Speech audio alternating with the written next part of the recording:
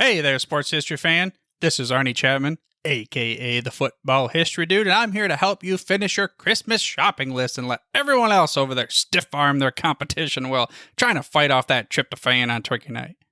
Now, what we did was we partnered with Rochester Sports Autographs, the largest JSA authenticated autograph distributor in the United States, where you can get up to 75% off over 30,000 autographed sports collectibles during this holiday season.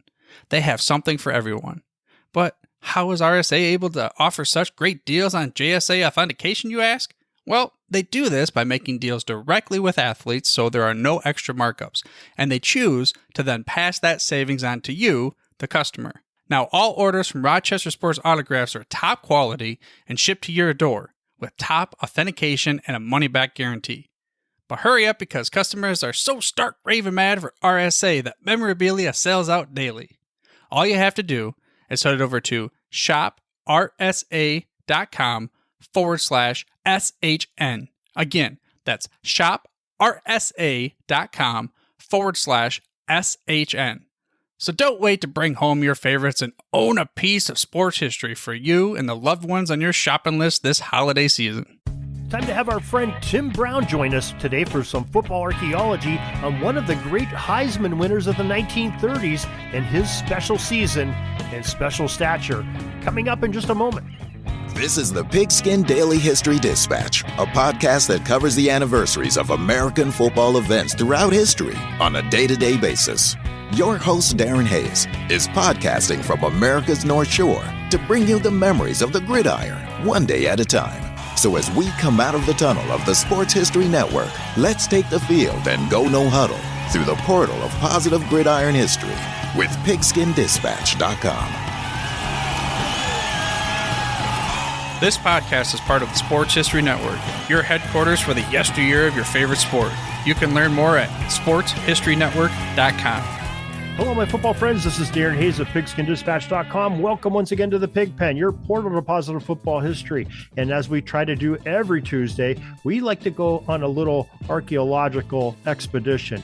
And we go to the man that has the website, Football Archaeology, Timothy Brown. Tim, welcome back to the Pig Pen. Hey, Darren. Thank you. Appreciate having me again. Looking forward to digging into a few things tonight. Digging is right. We were, interested. We were talking about this before we came on about one of your tidbits. Some of these, they're all stimulating, but some really catch my eye, and I'd love to hear a little bit more on. And this one came from later in October, and it's called "Standing Tall for the Heisman" on October 23rd on footballarchaeology.com. I was hoping maybe you could say a few words about that subject matter. Yeah, happy to. So the standing tall is, it's basically about a guy named Davy O'Brien, who was a Heisman Trophy winner in 1938. But he was 5'7". And, so we all know, we all went to high school or grade school or whatever with some guy who was too short, but he was a heck of an athlete. And, just the guy was a stud, but eventually he kind of met his limits athletically, in terms of competing against, bigger players. And even in high school, a lot of guys that size can get away with things. And here and there, we've got an NBA or an NFL player who does it. But back then it was a little bit more common, and so Davy O'Brien was, like I said, he was 5'7", grew up in Dallas, and he succeeded Sammy Baugh as the quarterback or the center of the Dutch Myers TCU spread offense. So, we like to think the spread is this brand new shiny thing that all these smart, modern people created, but back in the 30s, in the late 30s, Dutch Myers was running offense that had two basic formations. One had a single back, the double wing, and two double split ends. So just think about that. A single back, double wings, and two split ends, right? So that looks like a lot of people's spreads nowadays. He also ran, he didn't call it this, but he ran an empty formation with trips on one side and a wing and split on the other. So, and he ran the ball out of his offense a lot. So, I mean, ran it especially out of the one back formation. So, I mean, it's just the idea that these guys, TCU is doing things well before anybody else in terms of just bringing modern spread horizontal concepts to football. So you get this guy, Davey O'Brien, takes over for Sammy Baugh, who's a stud.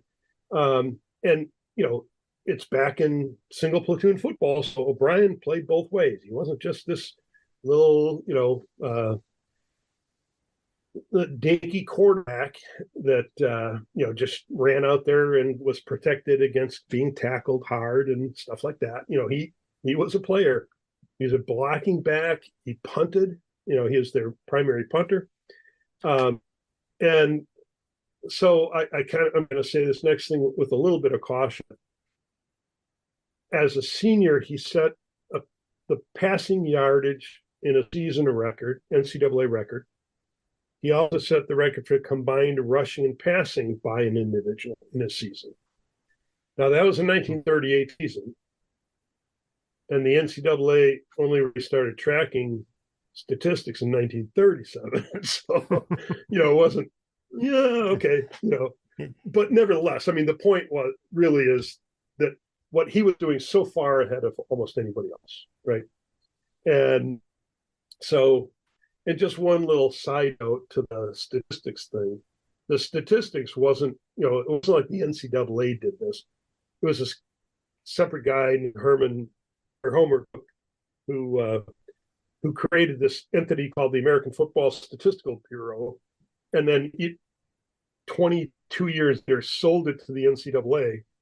And so all of the football records of the NCAA were actually for the first 22 years were compiled by the separate company.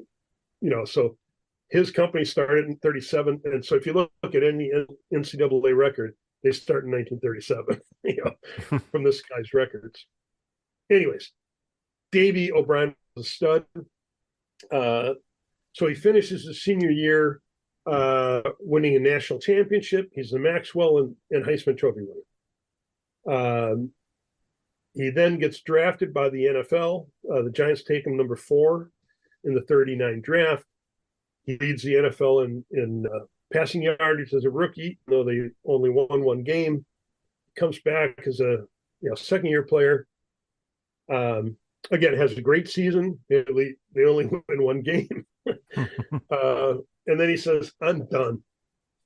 And he quits pro football, becomes an FBI agent, and he does that for like 10 years and goes into various business adventures, So anyway, it's just kind of an interesting thing. There are very few NFL players who leave today to become FBI agents, right? Especially when you just led the league in passing. Right. But, different times, different place, and different pay scale. Yeah, different pay scale. But well, here's another thing about it. To that point, he was the 4th Heisman Trophy winner, but he was the first one to sign with the NFL. The first 3 didn't even bother. That's right. Yeah. Huh. They were coming from University of Chicago and 2 guys from Yale, and they were like, "Hey, I don't need this NFL thing. I've got better, business opportunities." And so, none of the first, neither, none, whatever of the first 3 Heismans played in the NFL. Yeah, you really have to go back and really admire people that played professional football, especially those first 5 or 6 decades, because they really did it for the love of the game and the love of the competition. They weren't getting rich by doing it. I think almost all of them had to have a regular job in the off season and things like that. And it's just, it's an amazing thing to think about that, where today, that's their whole life, and they're set for life after playing a couple years. And amazing. I would say, they did make significant money compared to the average worker, right? And for some of them, it was just like today. I mean, I get in arguments, or I got in a recent argument or spat with some CFL fans about the talent levels, right, between the NFL and CFL. And, the CFL has, tremendous players. I mean, and they're gifted athletes, but in my mind, they're just not anywhere near NFL caliber. I mean, yeah, some of them are bottom end NFL players, and that's fine. But the point is that even in the CFL, they can make more money playing as a 24, 25-year-old young man in the CFL compared to getting out of school and whatever, becoming an underwriter or, whatever it is you do when you leave school, right? Now, if they were chemical engineering majors or something, yeah, they can make more money doing that. But, not many of those are playing football. Yeah. So, I think that's a pretty good parallel. I didn't even think of that, maybe not even the CFL, but maybe some of these other leagues that are coming up, like the XFL and the spring league, and now the USFL.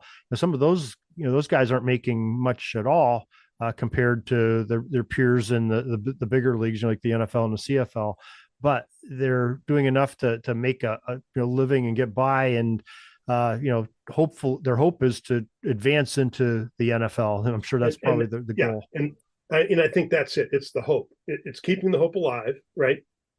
And then there's kids, probably more like D3 sort of kids, but there's a decent number of American kids now who are heading over to Europe and playing, but it's more of a cultural experience, and they're not making big money. I mean, literally, they're making. I know one kid who played in the NFL or in Europe last year, making like $800, $1,000 a game, but he got into an NFL camp this year, and got cut, but he made a camp, and so, but I think for guys like that, it's more like, yeah, I got a chance to play in Austria or live in Finland for 6 months or something. It's a life experience rather than a money grab. Yeah. Yeah, definitely interesting lifestyle. And when you can do the thing you love and travel, hey, why not do it when you're a young person? Any day. Right. Yeah, and good for them. Good for them. I mean, yeah, absolutely. I don't care what level you're playing. If you're still taking a shot at it, have at it. Absolutely. Yeah. So good for you. Yeah, love to hear that. All right. Well, Tim, why don't we take this opportunity right now to, just like this was a tidbit on Davey O'Brien, you have some very interesting things coming out each and every day, sometimes multiples in a day. And why don't you share with folks how they can get on your list to get this information?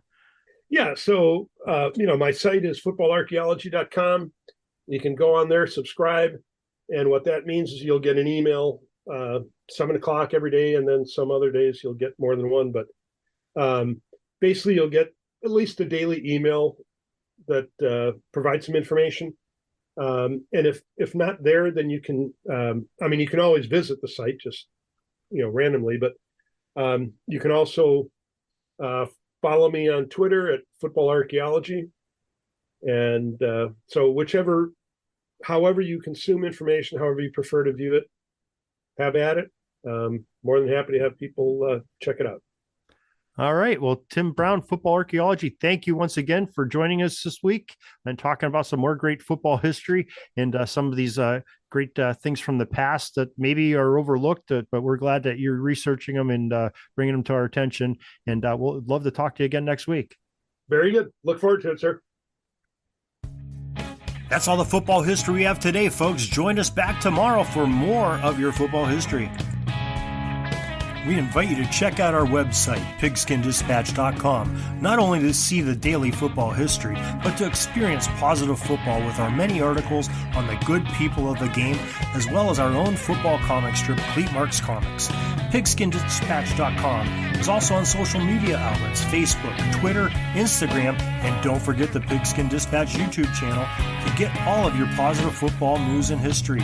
Special thanks to the talents of Mike and Gene Monroe, as well as Jason Neff for letting us use their music during our podcast. This podcast is part of the Sports History Network, your headquarters for the yesteryear of your favorite sport. You can learn more at sportshistorynetwork.com.